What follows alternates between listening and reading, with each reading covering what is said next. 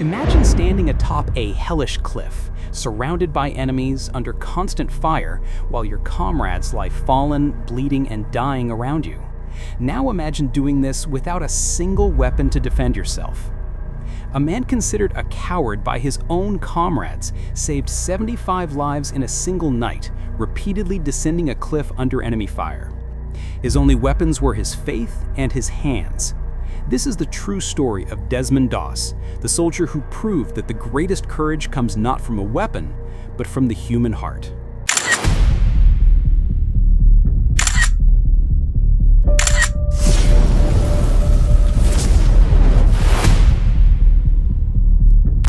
Desmond Thomas Doss was born on February 7, 1919, in Lynchburg, Virginia. He was the son of a carpenter and grew up in a humble but deeply religious family.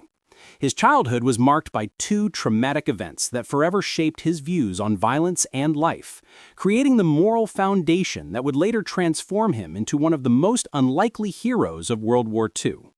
The first incident happened when Desmond was about 10 years old. He and his brother Harold had a violent fight, as brothers do, but this time it was different. The argument started over something trivial, but quickly escalated into a physical confrontation. In the blind rage that only children can feel, Desmond picked up a heavy brick and struck Harold directly on the head with considerable force.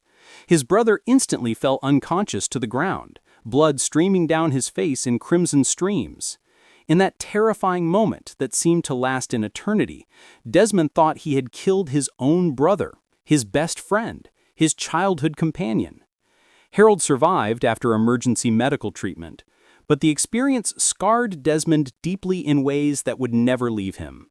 He vowed to himself that he would never again raise a hand against another human being, no matter the provocation or circumstance. That promise would be tested in ways he could never have imagined on the most brutal battlefields in human history. While Harold slowly recovered at home, Desmond spent entire nights sleepless, tormented by nightmares about what he had almost done. Guilt consumed him during the day, but it also transformed him into someone deeply committed to nonviolence. The second traumatic event was witnessing his father's domestic violence. William Doss, a decorated World War I veteran, carried deep psychological traumas that the family barely understood at the time. 1920 society had no language or treatment for what we now call post-traumatic stress disorder. On a terrible night that Desmond would never forget, during a family argument involving alcohol that spiraled completely out of control, Desmond's father threatened to kill an uncle with a loaded gun. Young Desmond, hiding in the shadows and trembling with fear, watched his mother desperately intervene, placing her own body between the two furious men, risking her life to prevent tragedy. He never forgot the absolute terror of that night, nor the silent, sacrificial courage of his mother, who saved a life without using violence. These traumatic moments transformed Desmond into a staunch and unwavering pacifist. He became a Seventh-day Adventist, a Christian denomination that strongly emphasizes the sanctity of human life and the biblical commandment, "Thou shalt not kill." For Desmond, this commandment had no exceptions, not even in war, not even in self-defense. On the wall of his house hung a framed picture of the 10 Commandments with colorful illustrations, and he studied those words daily, memorizing each letter, letting them shape every decision of his life. The 6th commandment, in particular, shone in his mind like a guiding light that would never be extinguished. When the Japanese attacked Pearl Harbor on December 7, 1941, on a Sunday morning that would change the world forever, America was instantly plunged into World War II. Young men across the country rushed to enlist in the following days, driven by fervent patriotism, justified anger, and a burning desire to defend their nation against aggression. Desmond Doss, then 22 years old and working as a carpenter at a naval shipyard in Newport News, Virginia, faced a devastating moral dilemma that kept him awake all night in prayer and contemplation. He loved his country deeply and viscerally and wanted to serve with every fiber of his being. He saw uniformed soldiers marching proudly in the streets, read about heroic battles in the newspapers with growing urgency, and felt the call of patriotic duty pulsing intensely in his heart. But how could he serve without violating the religious principles that were absolutely fundamental to his identity? How could he go to war without taking up arms? His friends were enlisting en masse, neighbors were leaving for training camps with fanfare and celebration, and Desmond felt the social pressure growing with each passing day.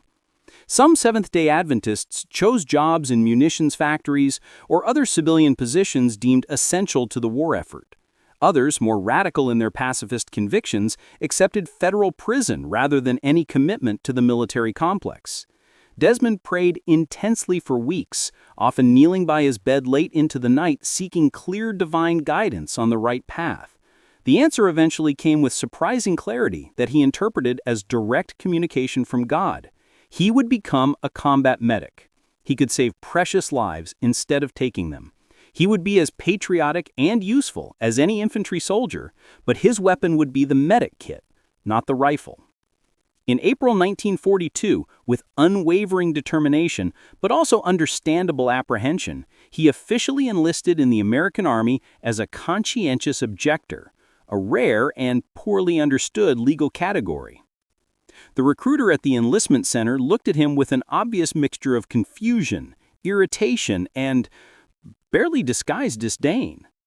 Conscientious objectors were extremely rare during that period of intense patriotic fervor and deeply misunderstood by the general population. The overwhelming majority of Americans simply saw them as cowards who conveniently hid behind religion to avoid real combat and mortal danger.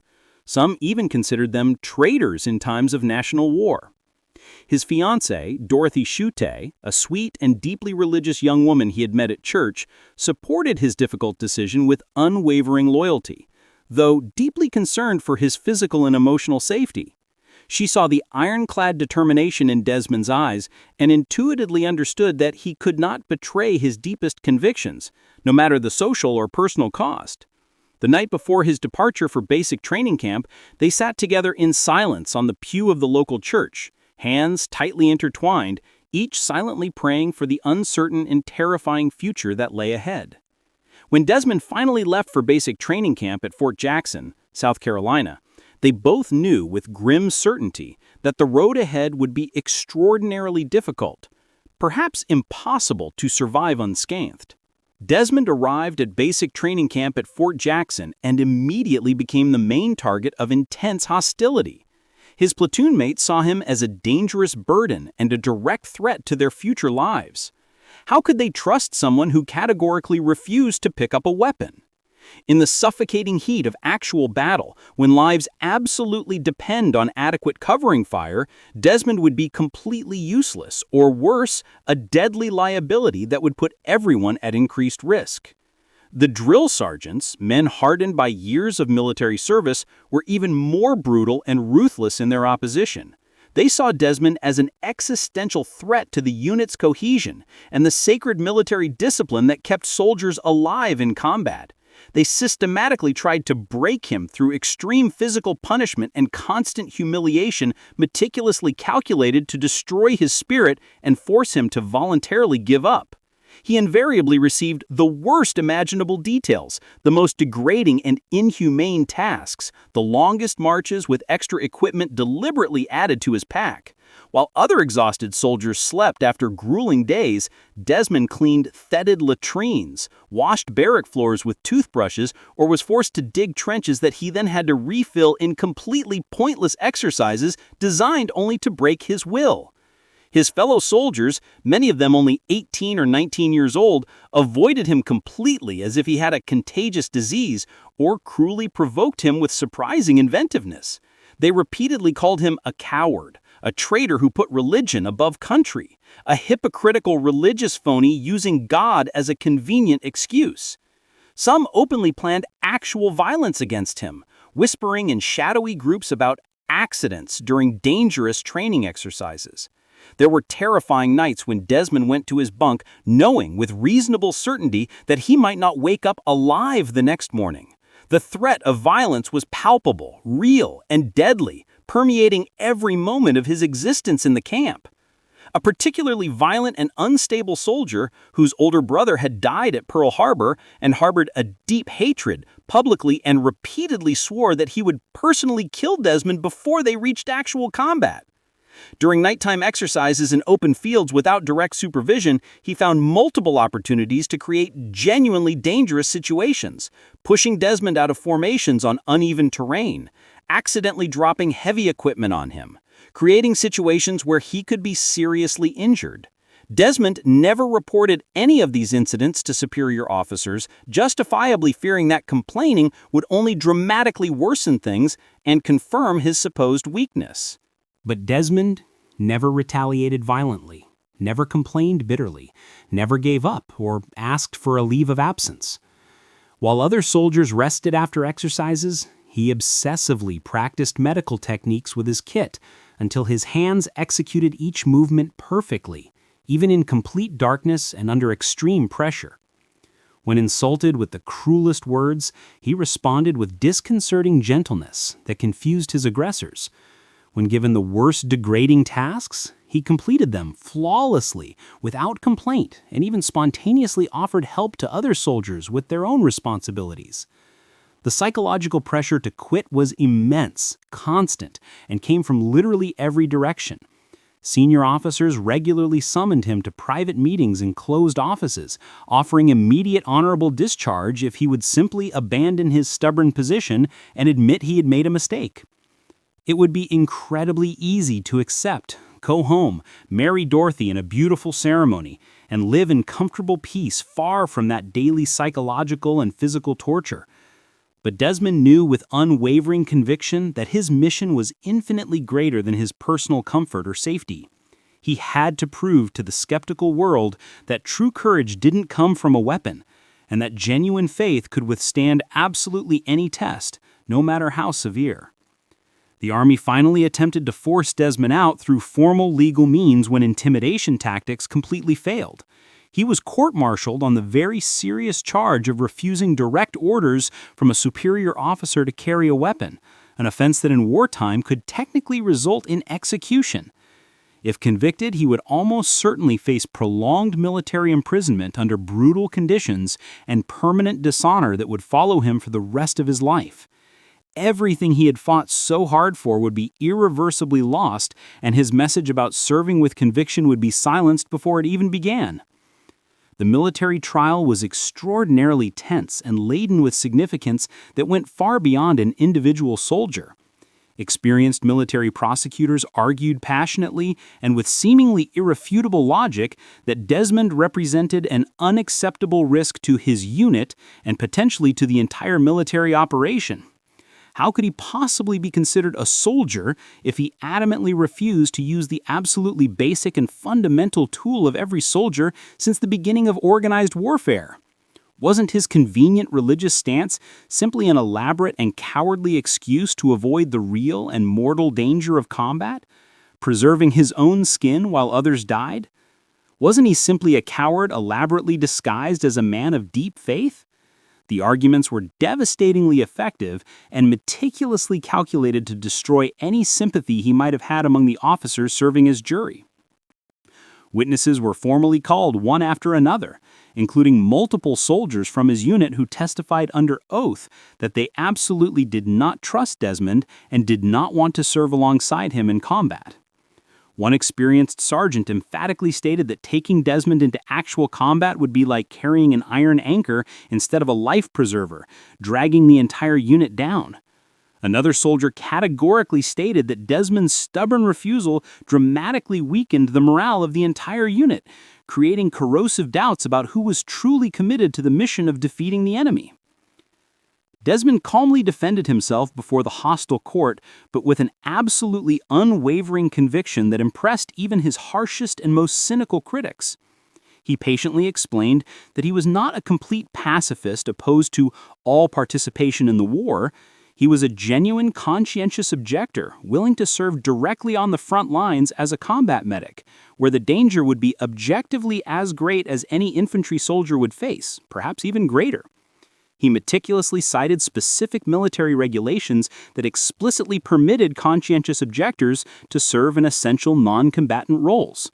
His faith was not a convenient excuse invented when the war began. It was the absolute core of who he was, shaped by traumatic childhood experiences and years of deep study of Scripture. He spoke emotionally about the Ten Commandments picture that hung on the wall of his childhood home, about the terrifying incident with his brother Harold and the bloody brick, about witnessing the domestic violence of his traumatized veteran father. Every word was profoundly authentic, coming from a place of absolute truth that was impossible to fake. He wasn't trying to avoid patriotic service or mortal danger.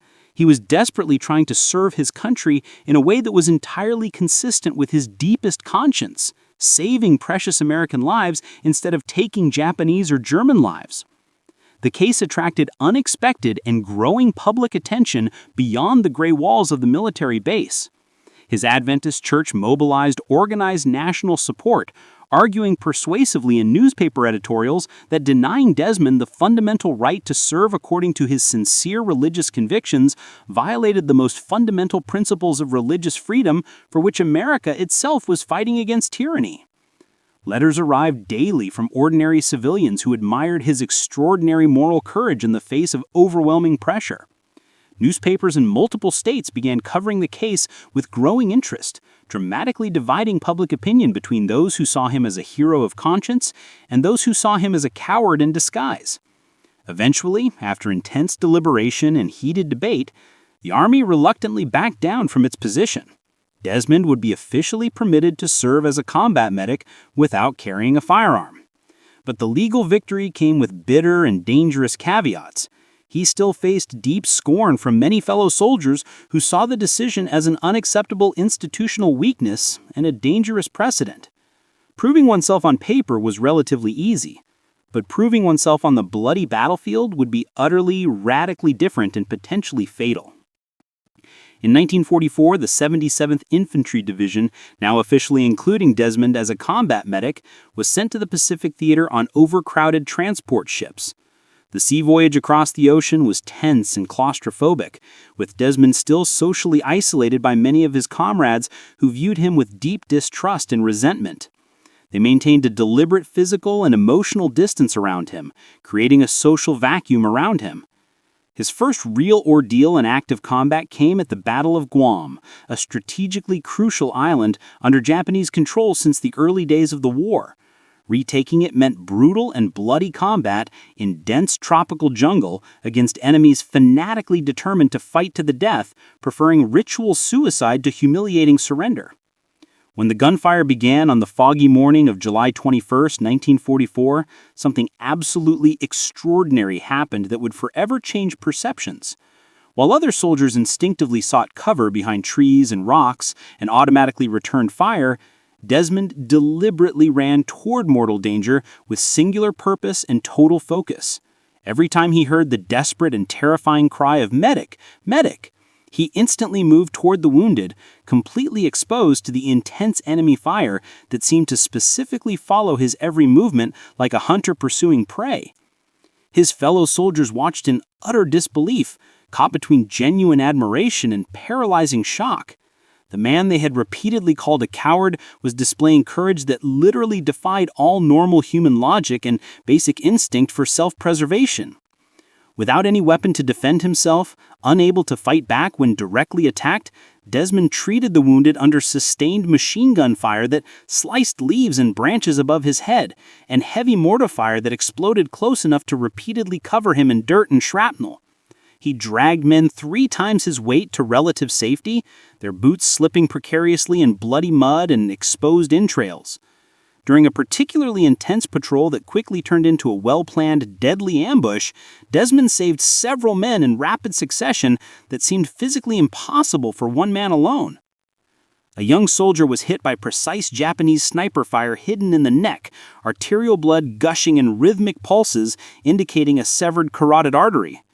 Desmond raced across the completely open area where any movement should have been instantly fatal, reached the man who was already rapidly losing consciousness and color, and dragged him to inadequate cover behind a fallen tree trunk while tracer bullets whistled so close he could literally feel the heat of the superheated metal. He applied immediate direct pressure with both hands, stemmed the deadly bleeding with perfect technique, and called for urgent medical evacuation that ultimately saved that precious life. Minutes later, Before he could catch his breath or process what he had just done, a devastating Japanese mortar explosion simultaneously wounded 3 men in an eruption of earth and metal. Shrapnel flew in all directions like a deadly, indiscriminate metallic rain. Desmond moved systematically from one wounded man to another, instinctively prioritizing the most serious and life-threatening injuries with life-or-death triage decisions made in mere seconds under extreme pressure. His hands trembled slightly, but worked with impressive speed and precision born of obsessive, intensive training that now literally made the difference between life and death. While treating the 3rd man, whose leg was practically torn from his body, with exposed bone gleaming white, another projectile exploded so close that the concussive shockwave physically lifted him off the muddy ground and completely covered him in dirt. But he did not stop his work until all 3 were properly stabilized and awaiting evacuation from more advanced medical assistance.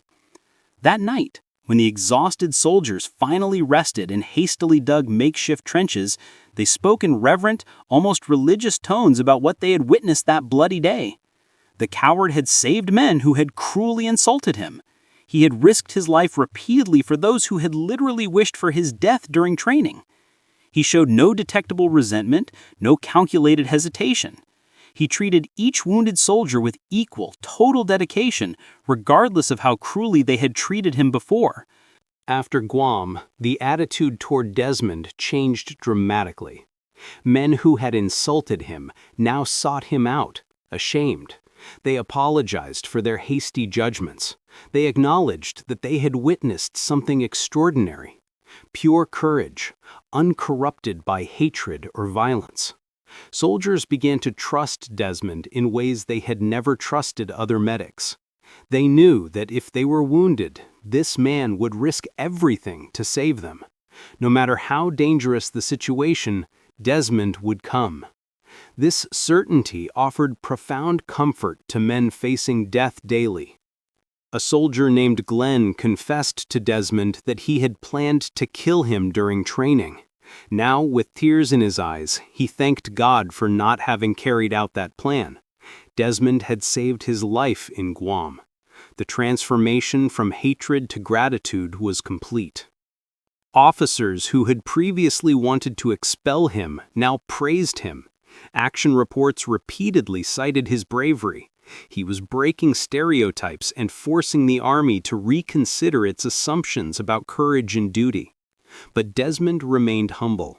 When praised, he deflected the credit to God. He saw himself simply as an instrument fulfilling a divine purpose. Each life saved was not his personal victory, but confirmation that he had chosen the right path. He also developed unique techniques. Praying before each mission, Desmond asked for guidance on where he would be most needed. His companions noticed something strange. Desmond always seemed to be in the right place at the right time. He would arrive at wounded men no one knew were down. Some called it luck, others divine intervention. In April 1945, the 77th Division landed on Okinawa for one of the bloodiest battles of the Pacific War. The island was a gateway to mainland Japan, and the Japanese would fight with desperate ferocity for every inch of ground. Maeda Escarpment, nicknamed Hacksaw Ridge by the soldiers, was a 120-meter cliff that needed to be taken. The summit was heavily fortified with bunkers, tunnels, and machine gun positions. The Japanese had an absolute tactical advantage, being able to fire down on any attacking force. The first assaults were massacres. Soldiers climbed cargo nets thrown over the cliff and were immediately shot. Bodies tumbled back down from the top, and the wounded cried out for help as enemy fire continued relentlessly. It was a meat grinder, and morale was shattering. Desmond scaled that cliff with his unit, unarmed, carrying only his medical kit and his faith. What he found at the top was unspeakable carnage. Men were being torn apart by mortars, burned by flamethrowers, eviscerated by machine gun fire. The ground was covered in blood. For 5 hellish days, the battle continued. American attacks were repeatedly repelled. Gains were measured in meters, paid for with dozens of lives. At night, the Japanese counterattacked fiercely, often in suicidal waves. There was no rest, only moment-to-moment survival. On April 5, 1945, after days of brutal combat, American forces were forced to retreat from Hacksaw Ridge. The order came: everyone must descend the cliff immediately. But as soldiers began their retreat, Desmond looked around and saw something that made him make the bravest decision of his life. Dozens of wounded men were scattered across the clifftop. Many couldn't move on their own. If they were abandoned, they would die from their wounds or be killed by the Japanese. Desmond couldn't leave them. While everyone else descended to safety, he remained on top, alone. The situation was impossible. Desmond was isolated in enemy-controlled territory, unarmed, with wounded who couldn't move. Japanese patrols hunted American survivors. Artillery continued to fall. But Desmond knelt and prayed, "Lord, please help me catch one more." He began the most extraordinary work of his life. Desmond dragged each wounded man to the edge of the cliff, improvised a rescue rope by tying it around the man, and manually lowered the wounded man down the cliff face. It was extremely physical work, and he had to do it repeatedly, alone, under fire. Each time he safely lowered a man, Desmond returned to the top. "One more, Lord, one more." It became his repeated prayer. He didn't think about the 75 men in total. He only thought about the next one. Absolute focus on the present moment, on the life before him. Bullets whistled around him. Mortars exploded nearby. Enemy patrols passed dangerously close. But Desmond continued. Hours passed.